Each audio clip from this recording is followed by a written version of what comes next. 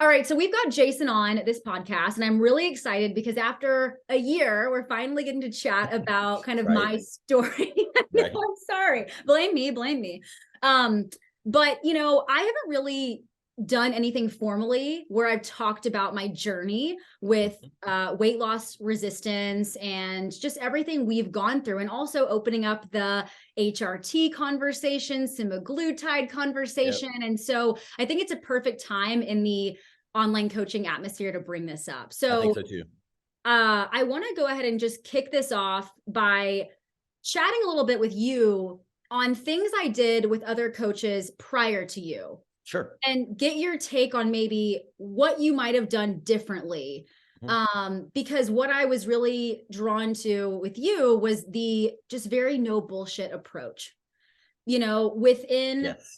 3 months, you and I were able to start dieting. And I'm not setting the precedent that it's only Mhm. going to take 12 weeks, but I Right. came to you so frustrated trying to figure this out for 2 years.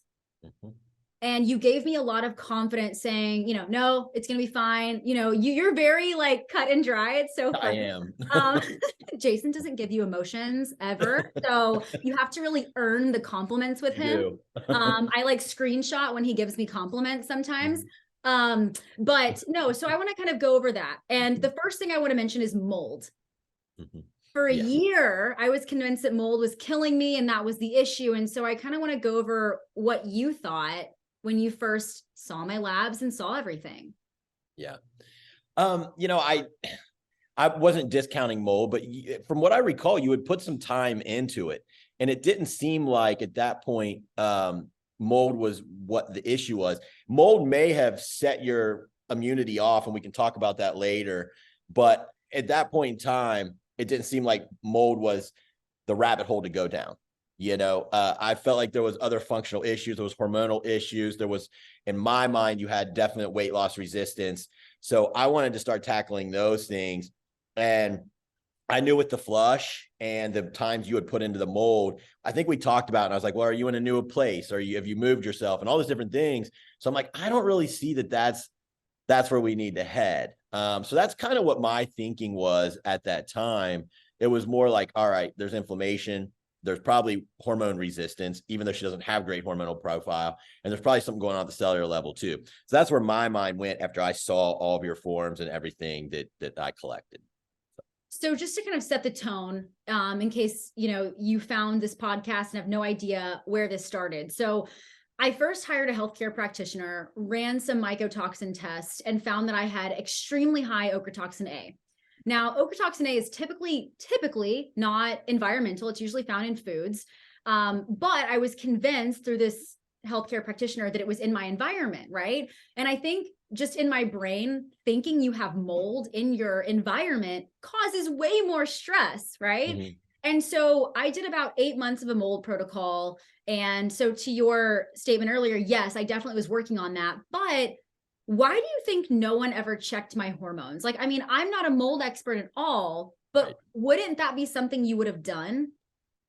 Yeah, for sure. I mean, and that's why I did. I think, I don't know who you worked with, and obviously they probably have a great reputation, but maybe that's what they only do. And so, sometimes people gravitate towards what they know. And there's nothing wrong with that. I mean, that's how Western medicine is. That's how this is. And so I was just trying to get a bigger, broader picture of what was going on internally in your metabolic machinery and your endocrine system.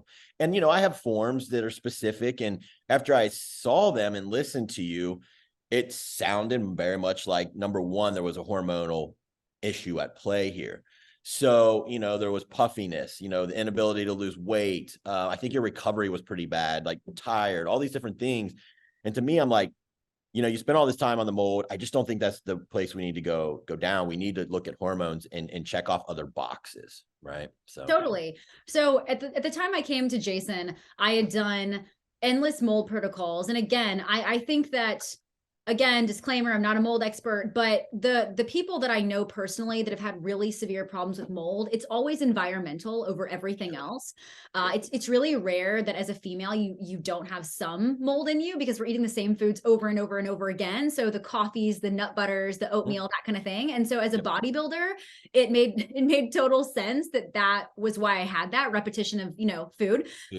But still no one did a full adrenal panel on me. So I want to go over what you saw. So, we first did a 4-point cortisol test and just a pretty simple sex hormone panel, and go over some of the markers you saw and how we started tackling those.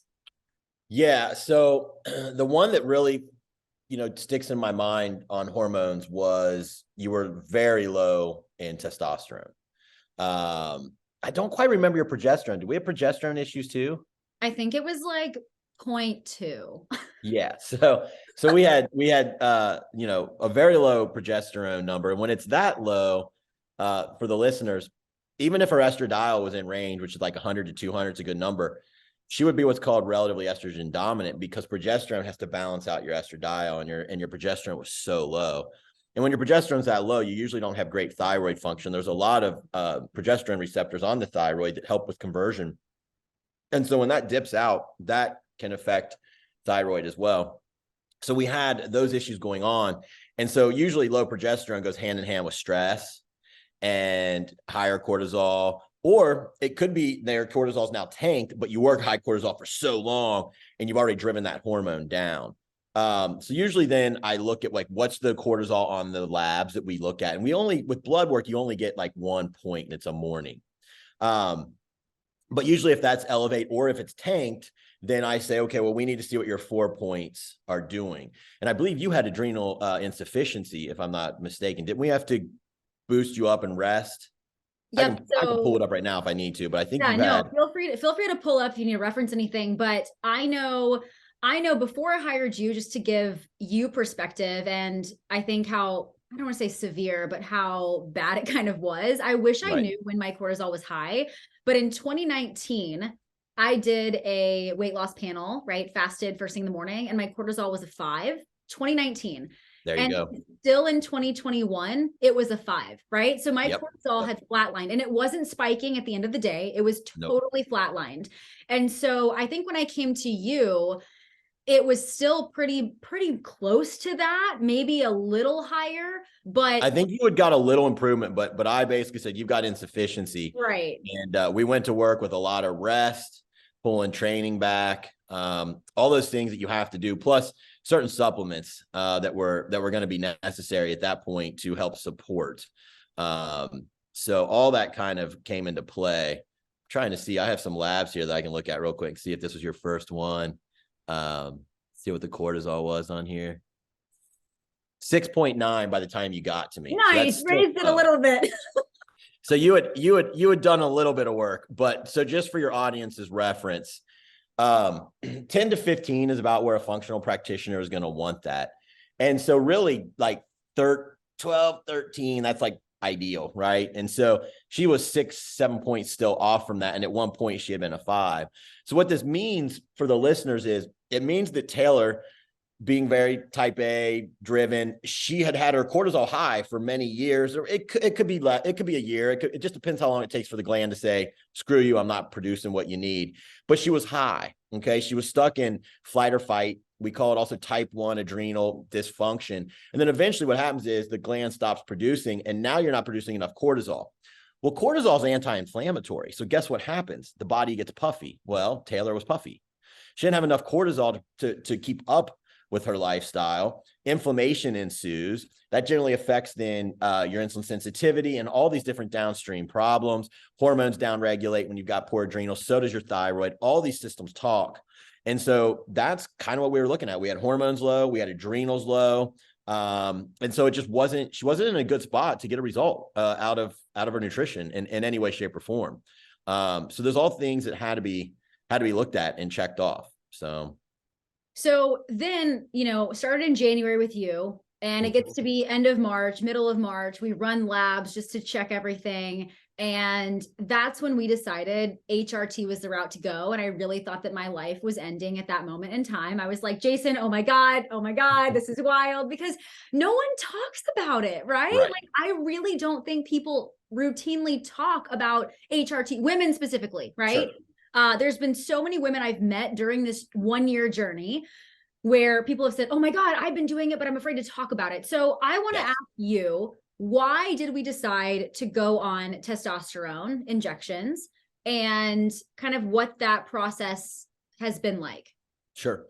Well, we got to that point because I work a system, rest, flush, feed functions, and I was putting Taylor through that. And we were getting some good results with adrenals, and certain things were starting to look better, but the testosterone wasn't responding. So at that point, it's a conversation. I can say, and I know I had a conversation with you, and I said, listen, we can delay this for sure. We can keep doing what we're doing, give your body more time, and see, give it another 10 weeks, give it another 12 weeks. And I'm pretty sure you said, I've been battling this 2 freaking years. If you think this is going to help, let's do it now. And I said, I do think it's going to help. So we made that decision. But I always talk it over to my clients, like, hey, more time might do it. Right. But your body's starting to respond in other ways. And I don't see this moving. So let's have a discussion. And that's what we did. So this is where I want to kind of talk about the stigmas with women taking testosterone and things like that, because I think the first vision is, I'm going to bulk up, I'm going to start growing hair in weird places. Right. Yep. So let's talk about how you decided. It doesn't have to be specific dosage, that's irrelevant, but just how we implemented this and how simultaneously we were able to start dieting. Yeah. So, women obviously have 1/10 of the testosterone that men have. And there's 2 numbers that you do need to look at. So you got to look at your free and you got to look at your total. But what's most important is your free. So you could have a very good total testosterone. And for a woman, that would be like maybe 60, 70. And your free could still be in the ones. The free can go up to 4.4. Taylor's was in the ones. And so that's the number you really got to watch, is that free test, because that's the bioavailable amount that your body can use to recover, fuel your day, prevent muscle loss, all these things. And so usually we do a small dose, and it's 2 times a week. So we keep the levels constant. And I believe that's how you were dosing yours. We may have had to adjust it, I think, down for you at one time. Yes. Weren't you a hyper responder? Listen, I went from like 17 or something to 433, and you were like, what the hell? All right, we're going to drop this a little bit. Yeah, and it wasn't a crazy dose because my clinic doesn't do that. No, it wasn't, y'all. It was very small. She's just a hyper responder. So that's why you need, a good NP or a good doctor behind you to adjust these things. And did we ever end up going the probe route, or did we keep you on SIP? So we tried the SIP for a little bit, and then my body wasn't really taking that. So we're back on pro, but a smaller dosage. So I'll actually be running labs next week to kind of double check that. And that's one thing that I want to also say is, to anyone listening that may be thinking about going this route, and you can obviously chime in, but if you're thinking about going the HRT route, just know that you've got a target, but it's a moving target, right? And you're throwing darts and you're trying to hit it, but HRT is not a linear path. And so, we can talk about this too, but just the last year has been trial, error. It's just collecting more data points, just like building a business or anything else. Like, you've got to try it and see what sticks. And so for me, the due diligence comes from routinely getting labs done. Like, you're not going to remind me, hey, Taylor, go get your labs done. That's a personal responsibility on my part to make sure that I'm being proactive with this. And so, what are your thoughts? So, 100%. You hit it out of the park. And many a times we dose it and it's great, but sometimes you got hyper responders like you, or you have people that don't respond great at all. And then you got to add more. But, so your listeners understand, there's 2 types of testosterone that get used in women's HRT, and there's cypionate and there's propionate. And cypionate is a longer ester. And what that means is the half-life is longer. So, by the time you take another injection, there's still some in your body. So it starts to build. Okay. Now, propionate is in and out. It's a shorter half-life. It's a shorter ester. It's a faster ester. So that means it gets out of your body quicker. And so At that point, when Taylor's was so high with the SIP, she was building it up. And so we needed to use propionate, which would get out of the body a little quicker. So she's not taking one injection and then it's building on another. It's just kind of like keeping her steady. And so a lot of times I like to start with propionate. But Cypionate is kind of more the standard, but in my opinion, I like to see to start with Prop. And then if someone comes back and their numbers aren't great, then I'd rather either see more Prop or then put them on SIP. Is my preferred way to do it. But that's when we talk about SIP and Prop, just so your listeners out there understand, those are your two main options. The reason we don't do pellets at my clinic is for what Taylor was discussing. There's no calibration involved. You stick these pellets in, they've either got 125 mgs a test or 250 mgs a test, and it's supposed to trickle out at an even amount over 3 months. But what we see is people skyrocket, and then there's no adjusting you can do. They're already in your butt, and you just got to wait for it to trickle out, right? Whereas with yours, we were like, hey, stop dosing yourself for 2 or 3, 4 weeks, and then we'll go back in. And we were able to let it dissipate. But once those pellets are in, you're just kind of, you can always remove them, but that's another little like mini surgery. And so that's why we like injection, even for women. So we also use semaglutide. Yes. Very controversial right now, right? Yes. Especially since every med spa is offering it. Yep. So let's talk about, because we started using them simultaneously, right? It was like, okay, you can diet, let's get on this test. And then your clinic brought up the use of semaglutide. We went over it. So why was I a candidate for that? And how did we use that responsibly and come off of it responsibly? Yeah. So one of the things that you can use semaglutide for is weight loss resistance. And so let's talk about what happens when someone's weight loss resistant. So someone doesn't get this way without years of dieting back and forth. Okay. And so think about when we diet, we lower calories, leptin drops, ghrelin goes up, and that's saying, hey, eat, but we don't. So those signals kind of are just hanging out there, getting dysfunctional because we're not listening to it. And then when that happens and your ghrelin's up, there's something called glucagon, and that stays elevated. And glucagon tells the liver to dump sugars into the bloodstream. Okay. Well, when you got cortisol issues up here, like Taylor did, especially when it's high, you're also dumping sugars. So you've got two things dumping sugars in, and then, oh, by the way, you're still eating carbs. And usually at this point, your insulin isn't doing its job as it should. It's not spiking when it should. So you're not even clearing the sugars. And what happens is you get puffy. Okay. So what is semaglutide? Well, it helps lower glucagon, and it tells your body to release a little bit of insulin properly as you eat. So it's bringing that glucagon down. So you're not dumping those carbs in. And the insulin spike is clearing what's in the system. So many people that have had this weight loss resistance over long periods of time have this issue going on. It's not just a sugar issue, it's a glucagon issue. And that's what these GLP-1s do. And so it's a great tool for someone who has weight loss resistance like yourself. The problem is when we just led up to all the things we did for you and fixed, adrenals, hormones, all these things, fed you up, flushed your body. If you don't do all these things and get the functional health right, and you just throw semaglutide at it, I see a lot of people come to me and they're like, well, I've already tried that and it doesn't work. I said, no, it'll work for you, but I've got to get all your functional health right first. No one's doing that. They're just giving them the peptide. And so number one, it's not working as often as it should. Number two, they're not taught lifestyle habits. So they just eat 500 calories because you're not hungry on it. So if you don't have a coach telling you, hey, you got to get your protein in, you got to support your muscle, et cetera, you're going to just be cleaving off muscle. So yeah, the scale's dropping, but now you're a less efficient version of yourself. So they come off of it. They go back to eating the way they used to. And now they're even fatter than they were. And that's why it's getting a bad rap. It's an amazing tool in the right wielder's hand. It's a terrible tool in someone who just says, hey, here, go inject this. And they change nothing about their processes, their body, et cetera. Now, another cool thing about semaglutide is it induces autophagy. And so a lot of times there's issues at the cellular level, and the hormones, even though you give them and put you on test, they're still not speaking to the cells. Well, that semaglutide helps that autophagy along too. So it's got a lot of uses in weight loss resistance, but it's got to be used right.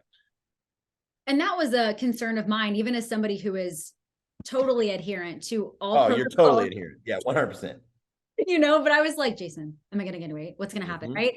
And you basically said, no, you do all of the things. And so Yep. I just want to reiterate, this isn't some just lifestyle injection you should go pick up at the med spa, right? And I've had clients ask me, hey, should I go use this? My med spa is offering it. And I said, absolutely not. You can barely track your macros, right? Because I mean, really what happens, I remember the month that it really hit me where I was not hungry. And I said, Jason, I am force feeding, but just can we drop protein a little bit? Because it's like, oh, I just got to a point. But, we never had my dosage just so high. And now I've been off of it for several months. We stopped okay, just for perspective, it's currently April. I stopped dieting in October, late September. And, we're eating more food than I've eaten in quite some time, about 22-ish hundred calories. All I'm doing is walking. And what I think was really great about the dieting phase with you is I wasn't doing any cardio. I mean, I really wasn't, and that's somebody who came from a background of your favorite 8 spin classes a week. Jason won't let me do spin at all, y'all. No, it's so unneeded. She looks great. Like there's no point other than to appease her, like need to sweat her ass off or something. He can't comprehend that I genuinely love teaching. He's like, why would you want to do that? You're not trying to lean out. I'm like, Jason, you just don't get it. But I've come off semaglutide and that's why this podcast has been kind of cool because I really, Jason, thought that I was never going to lose that weight. I have never seen my body like that. It was so foreign, and I am not somebody with body confidence issues. And I have never been so unhappy in my skin. And if you're listening to this right now and you just can't figure it out, I am telling you, go get some labs done and talk to somebody fast, because I had to go through 3 coaches before I finally, I don't even want to say found you, because I always wanted to hire you for this. I just kept thinking, oh, maybe like somebody else, right? And so thankfully I did, and you had room on your roster. But, looking back at the last year, how would you rate the severity of my case? And just as a coach yourself, like, what are you proud of with this case? Yeah. The severity for you, because it lasted so long, I think probably to you, it was probably a 10. And the amount of comparison to other women, I would say you were about a 5, because I never had to take you into ketosis. I never had to make you do like fast mimicking days. I got you onto low carbs. We kind of cycled it a bit. Your walking was really low and your body just kept dropping. Right. So many times I got to walk women all the way into keto and 2, fast mimicking days, maybe IF, and then eventually have 24-hour windows where they don't eat other than water and, teas and coffees to really kick that autophagy in. So I would rate those, higher 8s, 9s, 10s. So we were just fortunate that I never had to keep walking you any deeper. Now, guys, she was on a lower carb approach. Don't get me wrong, but there is definitely, I've had to go way deeper. And so I would say about a 5. But like I said, I sympathized with you from the day we sat down and had our face-to-face. And I know, that it was probably more severe to you than a 5. And I understand that. But from me comparing it to other people, probably around a 5. I'm so fortunate that we never had to do fasting, because I did do that with my first HCP. Okay. Yep. And I think the fact that I had at least gone through a few of those phases, and it got worse before it got better, not with you, prior to you. But I want to just say, if anyone's going through this journey right now, it always gets worse and uglier before it gets better. No matter if you're dealing with like SIBO or parasites or mold, whatever it is, right? It always gets worse before it gets better. Well, thinking about SIBO, not to interrupt you there, but like that's another one. So you've got to fix that before you put the semaglutide and the autophagy work and all these fasting and low carb in. And a lot of people in the American public, because of their poor diets, whether they have SIBO or dysbiosis, they've got gut issues. They're not pooping right. They've got diarrhea, whatever it is, bloat, gas. All that's got to be fixed before you go and throw this tool at things. So, that's where we're coming up short with such a great tool. And I think a lot of these med spas and different things like that. Well, no one's really testing for that at a med spa, right? And it's good that you bring that up and say it again, because if anyone listens to this and thinks, wow, Taylor lost 45 pounds with semaglutide, no. I mean, it was a great tool, but absolutely not. Because if you would have given me semaglutide a year ago, well, sorry, 2 years ago now, right? It wouldn't have done a damn thing. No, So your body wasn't, your body wasn't ready. no, absolutely not. And that's why, you know, taking 2 years away from dieting was really hard for me based on how my body looked, right? Because I had always been able to maintain the weight that I am now fairly easily. But even looking back at pictures, you know, I was doing this recently, before I realized there was an issue, even when I was lean, my face was just puffier. Yeah. And it's like there were signs and no one taught me those signs. And so I want to go into weight loss resistance because there's coaches obviously listening to this primarily. And, you know, type A females, perfectionists, overachievers, running businesses, like you are more susceptible to this. So aside from just weight loss resistance, literally, what are some signs that coaches should really stop avoiding? Sure. So anxiety, gut dysbiosis, SIBO, and that can come in many forms: constipation, diarrhea, bloat, gas, inability to lose weight. You've beta tested it a couple of times and it's just not working for the client. A lot of times I'll see in the history, these people have been to many doctors trying to get tested and things like that. Poor sleep, you know, many times is going to be there. And then just an overall general puffy appearance. Inflammation is also a sign and symptom. Non-response to hormones. So let's say you take T3 because your thyroid sluggish and it's not really responding well. Let's say you take HRT and your libido doesn't go up. You don't really recover any better. Well, your hormones aren't speaking to the cells, and that's called hormone resistance. So that's also a telltale sign. No pumps at the gym. So, you know, you're going to the gym, you're not getting a pump like you used to. Now, that can just be faded insulin sensitivity, but you couple with some of the other things I'm telling you, you're going down the path to get weight loss resistance. So those are the top maybe 8 or 10 that come up to my mind, that if you've got at least 5, 6 of these things, you really want to take heed and know that you're not going the right direction, and eating less, doing more. If it doesn't work, it's not going to work by doing even more and eating even less. It's just not. You know, so if you can't drop your calories 400 or 500 and walk extra and lose weight, there's probably something wrong. Now, how deep does it go? I don't know. It might just mean you got to fix your functions and, you know, some hormones and things, but it could be deeper where we got to hit the semaglutide and maybe, you know, push autophagy and things like that. So, yeah, those are some of the signs and symptoms that you really got to. Another one too is like, if you go out for a free meal and you gain 2 pounds, 3 pounds, and then by the time next week, you still got a half a pound or a pound on you, you'll repeat it, and now you've got another half. That's not metabolic resiliency. That's a problem, especially if you're damn good for 41 of your 42 meals. That shouldn't be happening. Literally, this was me. I swear to you, when I knew that the diet was really working, I remember telling you, because you know, I have great adherence, but also I'm responsible. My free meals are not binges. And so I would have a burger and a side salad, but even that, I would have been up 3 pounds. And I remember telling you, oh my God, I'm down. Like, I'm down a pound. What is this? I didn't believe it. I was like, you know, when you like see a low on the scale, you're like, I fainted, but it's not, it doesn't stick.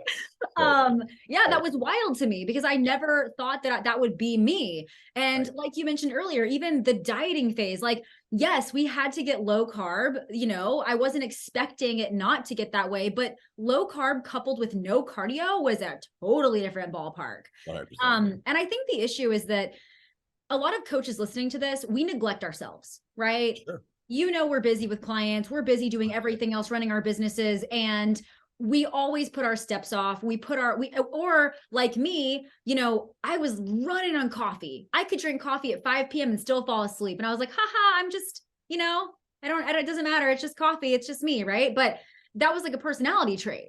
And that was a huge sign that I just ignored because, you know, people are dry scooping pre-workout. Right. So, you know, if you could take coffee and, you know, into the night and not be made awake, you definitely have some adrenal insufficiency. So anyone out there that can do that, and you need that and you can go right to sleep, there's something going on with your adrenals for sure. Put the Alani Nu down, everyone, right now. Like, just put it down.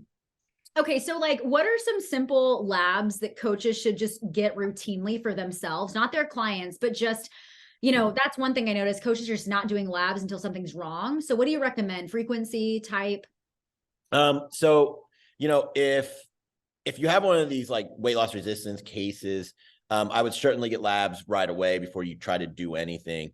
As far as frequency, and I'll tell you a few things I would look at for sure, but as far as frequency, when I'm working with a case, it's about every 10 to 12 weeks I'm getting labs until I get things where I want them to be. Then it's like every 3 to 6 months, depending on the client and how well they're doing. So what I would look at for sure is, you know, get a CBC, get a CMP, but then you're going to want to add on, you know, a full hormone panel. You want to get your estradiol, you want to get your free and total testosterone, you want to get your progesterone, luteinizing hormone, follicle stimulating hormone. When it comes to thyroid, TSH and T4 don't cut it. You got, those are fine, but you want your free T3, free T4, TSH, TPO-AB to check for any Hashimoto's, maybe even thyroglobulin as well. You want your CRP, that's going to show inflammation. You want your fasted insulin. That's important to see how truly insulin sensitive you are. If you've got people with adrenal insufficiency issues, they probably got some faded insulin sensitivity. CRP, fasted insulin, cortisol. We want to take a look at cortisol. Yes, serum is not as accurate, and yes, it's only 1 point in the day, but it's at least something.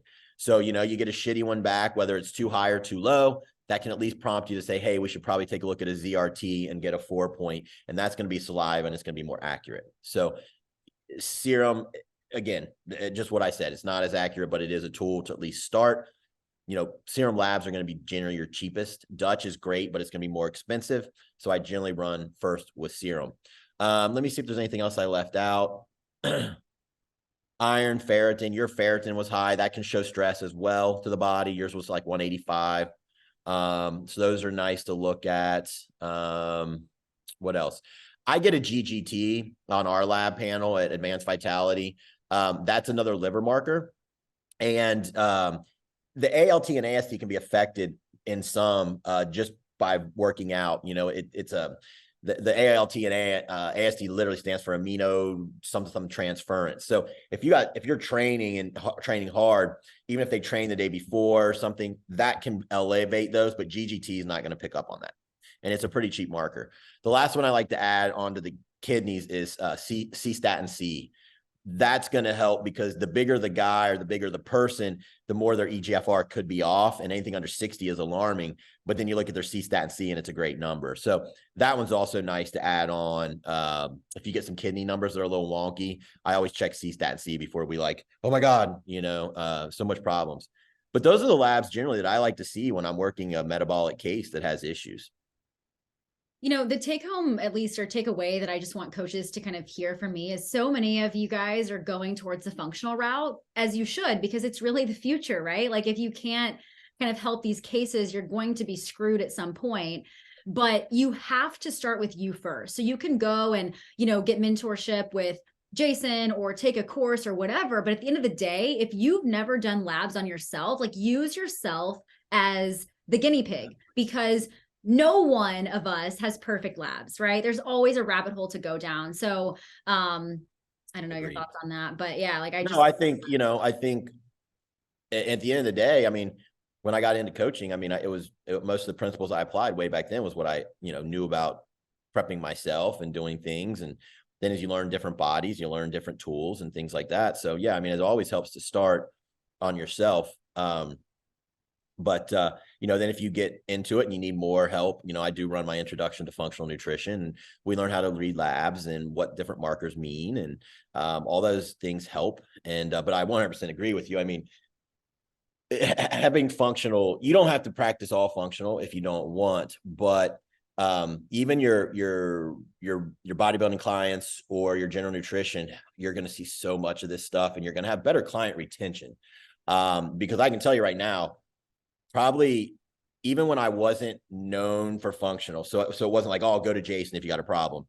I still had 50% of my females that came to me would have issues of responding to calorie deficits. And I think it's even getting worse now, if I'll be honest with you. Now, I am known for, helping people that way. But my point is just watching everyone. It's like that. And so what I'm trying to say is, even if you prep athletes, they're going to get into this problem. I mean, if you diet a female down, she's going to lose her period. We need to know how to get it back. There's going to be other down regulations. So when you have functional help and that knowledge, you can get them fixed quicker and then get on to what their goals are. And that's going to be client retention. So that's why I always teach with my course. You're going to hold on to the clients, and it's easier to hold on to the clients you have than always generate and churn new ones, especially when you're a newer coach. I generally have a decent amount of people hitting me up, but when you're new, retention is way more important. So think about that. So perfect segue to moving into business. I obviously have to ask Jason some business questions while he's on here, but I don't know if anyone knew this, but Jason in a past life was an attorney. So, I'm curious just how you kind of made the transition. Yeah, sure. So I never really, law first and foremost was never a passion. It was, my parents sent me to a liberal arts school, and there really wasn't much you could do. I can't picture this. Really, yeah, I can't. Yeah, I was a liberal arts education, and I went there to play soccer, but you had liberal arts, so I was an economic major. And I actually first got out and I got my Series 7 in 63. I was trading stocks. That was something I did enjoy. But, my parents were really pushing law school, so I went back to law school. I went to law school. As I got out, I actually had a very cool job. I worked in-house for an entrepreneur. And so I quickly found out that basically all I was doing was putting out his fires. And in the same time, I was still competing. And there was message boards. There was no Instagram at all. Facebook wasn't even there. You might have had MySpace, but none of us knew to really use it in that kind of tool. It was just more to look at hot chicks and, maybe some music. And so, I was just posting on message boards, giving stuff away free. And at the same time, I was doing pretty well in the bodybuilding scene, and people would come up to me locally and ask me to help prep them. And I was just prepping them for free, just giving the knowledge away, still posting on message boards. At some point in time, it became, I was helping so many people, I needed to charge. So I think I was $250 for a prep. And that's 16 weeks of helping someone, right? We're going back 17 years. And the thing just grew, it was it wasn't really a career path. Now people get out of college or out of high school or whatever, and they're like, I'm going to go be a coach. And that's really cool. But that wasn't for us. We were kind of paving the way. We were feeling our way through this. And so it just kind of snowballed. It was never something I thought was going to be my career. I thought it would be vacation money, and I would be this lawyer for the rest of my life and just kind of like everyone else, kind of go to work and try to say I loved it when I really didn't.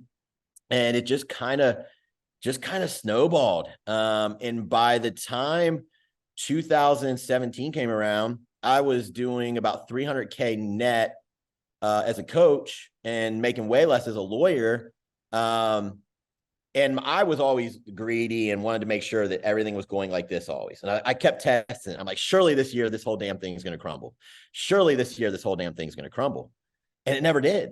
And so I'm like, listen, I gotta get out of this. I got plenty of cash. I got to go all in.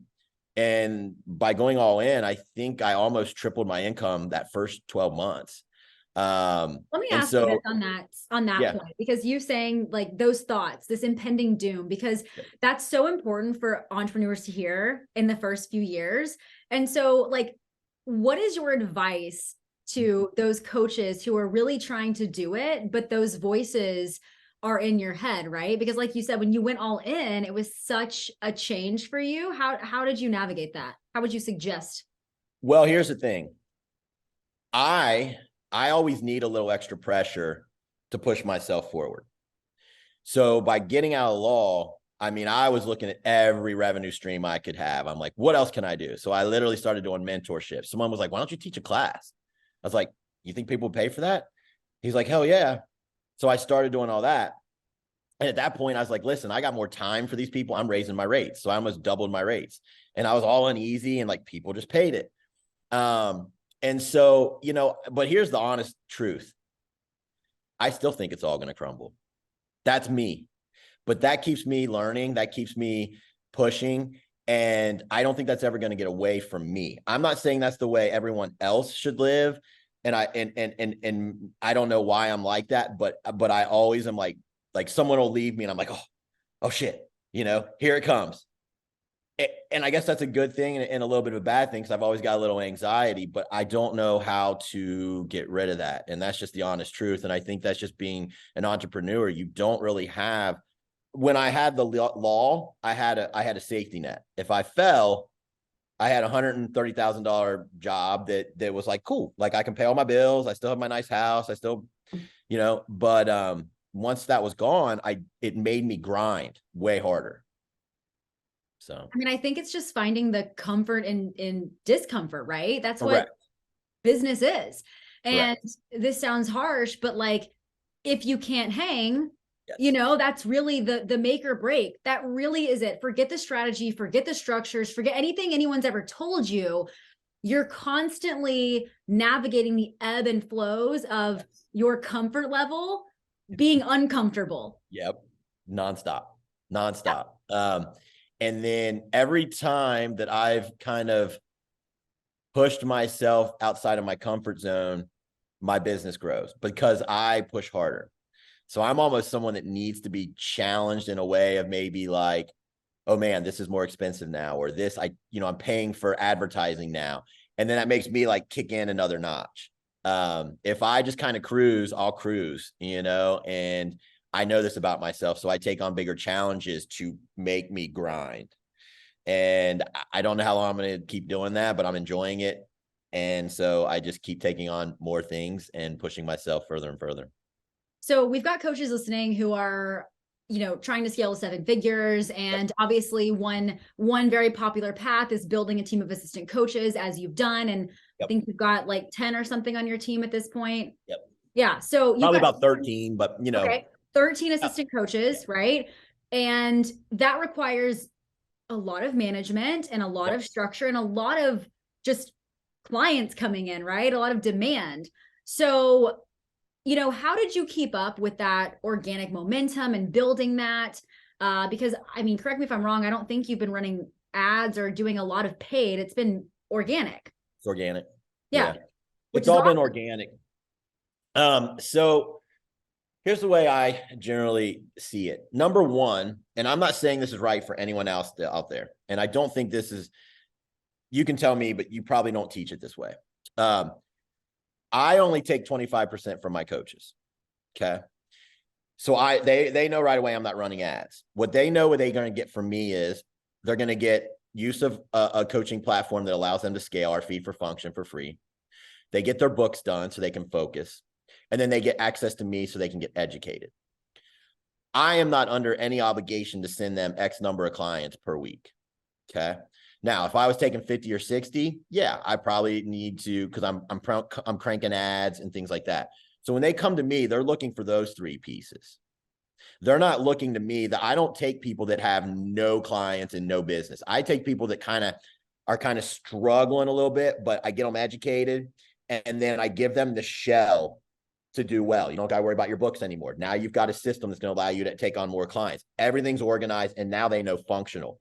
And all those pieces allows them to then advertise and market themselves and leverage my brand to build their business. And it works very well.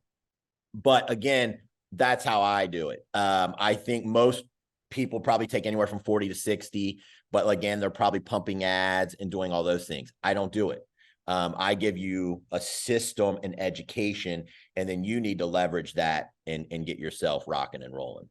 Well, and you do things, I mean, differently. So for me, it's not even what I teach. There's no one way for building a team because there's so many factors. It should be a entirely different podcast episode. But you right there saying that you're looking for talent, you're looking for, diamonds in the rough, basically, people that can really jump in, embody that culture that you've created and not dip, right? You're looking for people that are going to be diehard you fans. And they are. I mean, I just saw them at the summit. Everyone's obsessed with you, loves the team, which is awesome that you've built that. And that's what people are desiring, right? And I think where coaches go wrong is they find someone who is maybe on their roster who said one day, hey, I want to be your assistant coach, no experience. And they're wondering why they don't have clients. Correct. Exactly. You have to find somebody who is going to go and get their clients. And that's where the percentages can be totally different. Yep. And I do send some, like, because, we have our website, of course, and leads come in all the time. But it's not one of those things where I'm like, hey, I'm giving you 5 or 6 leads. I know some teams like that, but then they take 50% from the coaches. So I just run it a little different. And for me, I do the 25 because I want them to stay long-term. I want to build a family. So I feel like if someone's, giving up half their income, they're going to learn from me, and then they're going to peace out at some point. And I don't want a revolving door. That's just how I've structured it. It's not necessarily right or wrong for someone else. That's just how I've done it. Well, like you said, it requires a lot. Like, you've built a lot of authority, right? Like, you've got 13 people. I'm sure most of them have at least part-time, if not full rosters. And you've got a wait list yourself. So you're Yes. able to disperse need be. Correct. But yeah, when you are directly setting the expectation of feeding clients, percentages are different, right? Because you're not working for the client. When the clients or the coach is working for the client, different percentage, different breakdown. So the last thing I want to kind of end on is just looking at your career. You kind of like me, you've been very self-taught for a lot of what you've done. Yes. And I think that's cool. So like, what mistake or failure or like point can you think back to where you realized that was the moment your career really took off, or that was the mistake that really led you in the direction you were supposed to go? Sure. Well, there's 2 things. Number one, I probably stayed in law too long. By the time I hit 150, 160, I should have had the balls to probably just say, you know what, I'm going all in on this. This is my passion. But like I said, I can be greedy, and I can be cautious, and maybe sometimes too cautious at times. So that was number one. Number two, then I was starting to see the writing on the wall being just mainly a bodybuilding macro coach. More and more people were coming in. Let's be honest. If you get someone healthy and then you got peds involved, it's not that damn hard to get them to look good. I felt like I was a dime a dozen. And what I was noticing was I was starting to become part of the problem. My females would come to me, they'd look good one year, and then the next year I fed them up and they wouldn't respawn. I'm like, what am I doing wrong? So that enters Vince Pitstick. And I call Vince my mentor. And he took me to a seminar similar to the Hybrid Health Summit, but not nearly as cool or good. And it changed my life. I said, this is the direction I need to go. I don't want to quit prepping people, but I need this knowledge to make their bodies better and to make everyone else better. So my initial plan was just to get this knowledge so that I didn't lose clients to, like I said, the diet from the previous year, and they didn't get response. And then they finally, drop off because nothing's happening. But going to that summit in 2017, seeing the functional practitioners, what they do, how they analyze the body, completely changed, and it completely changed my career. I don't know if I'd have stayed just bodybuilding and macros that I'd be a 7-figure coach. I don't know that. It's a cutthroat business. Those clients generally aren't as loyal. Functional clients are usually more loyal. It's going to take a little more time. And as long as you're getting them the service and you're getting them, they're slowly getting better, they stay, because usually a lot of times, unfortunately, they've had bad experience with either doctors or other coaches. So I don't know that I'd be 7-figure if I didn't pivot and do that. And it was at the right time, because as I'm learning it and really getting good at it, COVID hit. Well, what is everyone doing during COVID? They can't work out. So finally, everyone's like, oh shit, I'm going to get healthy. And I would say that. I was like, what else are you going to do? You can't go to the gym. Come, let me come help you. And so my business just grew. And then I had all these transformations and all this word of mouth. And then it just kept growing and growing and growing. And kind of, to where the point I am today. And, then people start coming to me and say, hey, can you teach me this? And I didn't have any programs. And I said, well, we'll do a one-on-one. But, I didn't have anything formal. And I'd be like, well, what do you want to learn? And I'm like, this doesn't work because they don't really know what they need to learn. I got to make this a structure, And so you just kind of, think it out in your head and say, well, that's dumb. Like, do it this way, And so that's the self-taught thing. Like, if I probably would have hired like a Will or you, like, 8 years ago, I probably have been 7 figures way quicker. But, part of me likes to figure shit out. And part of me, like I said, I'm just cheap and greedy at times. And so maybe I needed a business coach a lot sooner too. I don't know, hell, but it's been a fun ride. I mean, it's not even about the mentor thing. Like, yeah, obviously, like, and you've got mentors now, but I love that it's been messy action, because that's exactly the path that I took. Yeah. I didn't know what the hell a business coach was when I first started a business. I just knew that I had been coaching my friends for free. I had enough knowledge with competing for a long time. I always had really great coaches that were well known in the industry Sure. that were unintentionally mentoring me, right? Like even working with you, it's like I learned so much from working with you, just being your client. I told Jason earlier that he can't kick me off of his roster. Like he's just stuck with me. Right. So waitlist spot is not going to me. But I think the last question, the bonus question is, do we think there's a comeback for Taylor on stage? Do we think that's in the cards in the long game plan? I think if you desire that, I 100% know how to do it and keep you healthy. All right, we'll see what the But audience. it has to be in your heart. And I don't push my people because I don't get anything out of it. You know how coaches push like their clients because they want to show their client. I don't benefit from it, but if that's something you desire, I will guide you, and I know how to do it after people have had issues and keep them healthy. All right, we'll see what people say. I get that question all the time. Are you ever going to compete again? It's like, Yep. listen, that's not in the front Yep. of my mind, but Yep. it's there, maybe. I felt like I was cut short, so who Yep. knows? Cool. Well, if you guys want to connect with Jason, everything is linked in the show notes, so feel free to follow him, reach out, educate yourself. Any last words? I mean, it's been first and foremost, thank you for having me on. I appreciate it. Next, like if you guys got questions about anything we talked about, you can always DM me. I'll try to point you in the right direction. Just kind of here to help and serve. And I hope someone got something out of this. And that's always like the biggest thing. So Tons of good nuggets. All right. Thanks, Jason. thank you.